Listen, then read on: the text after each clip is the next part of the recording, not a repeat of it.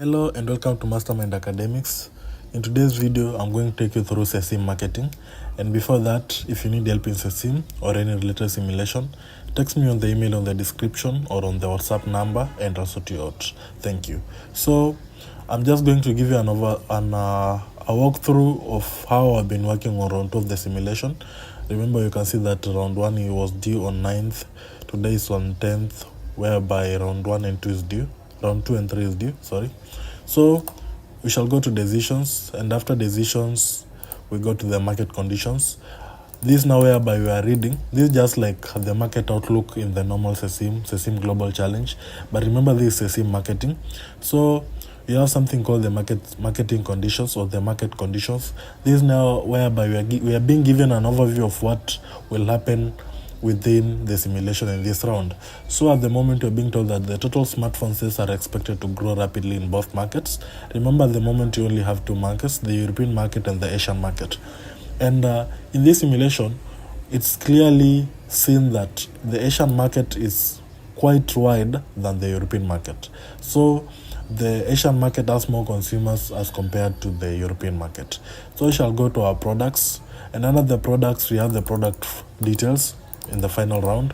So you have the two markets, the European and the Asian market. You have a graph here of the performance and the automobile battery or the battery life. So after that you have the product portfolio. Now this whereby you have the products and the product design.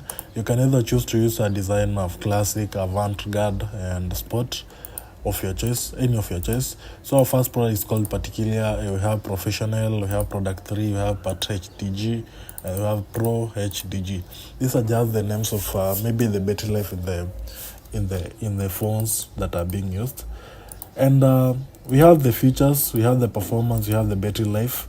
Remember that you need to make decisions in almost everything: the features, the battery life, the performance, all that for all the products. At the last bottom here, we have the fixed product cost, whereby you have the administration costs. And we have for the two markets, European market and the Asian market, we have the company presence, and then we have the 5 times product, and then we have the total. We also have the product line costs, overall product line costs, for instance. Next, we have something called the markets, whereby now we are going to make decisions on the target market, on the design of the product, on the performance, on the battery life, and also we can easily trace our unit variable cost. Next, we have the price. So here you can see in the first market, which is Europe, you'll have to make decisions on all your products, like the particular, professional. We have the product 3, we have the HDG share, we have the pro HDG. So you shall have to make all the decisions in all your 5 products, and the decisions you are making under the price, that's the first one. And also you have the advertising. And remember that in advertising your products, it easily becomes good if you market your products at a maximum of $2,000 in all the products. Next, you have the distributors and the market size and the margins, which is a graph that representing that. The market size, we have the graph for distributors and also the graph for margins. Next, we have the the Asian market. You shall have to make decisions for all of that. Next, we have the customer service, and around the customer service, now this is where we are going to talk about the length of warranty. How long do you want your warranty to be? So for me, I chose let it be 1 year. And then we have the cost of provisional guarantee is in euros. So we have the particular, and the professional, we have the product 3, we have the HDG share, we have the pro HDG. This now for all our products. Then you have the total warranty cost, and the total warranty cost for 2 N-1 in dollars in K. K simply means that it's in thousands. Then we have the investment in repair quality. For tower N, for me, I've chose to use 600, and for tower N-1, it's 550. Then you have the repairs in the two markets, Europe and Asia. So margin on repairs, for me, it's 30 for tower N percentage, and also 30% for tower N on the Asian market. Then you have the sales forecast. I forecasted to sell 5,000, forecasted to sell 3,000 in Asian market. Then you have the total cost, the turnover, the margin on variable costs.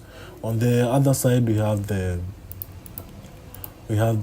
two graphs here. The one is for the guarantee provisional, and we have the other one also for repairing our products in the two markets. Next part is the R&D, and under the R&D we have the R&D costs in euros in K. So you have the performance and the battery life. So for me it's 4,500 and 4,500 for the battery life.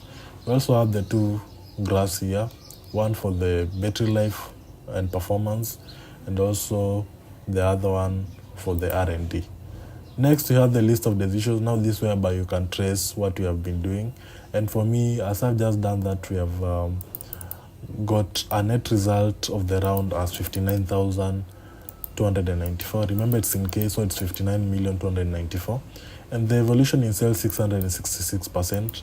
So these are very, very good mark at the moment.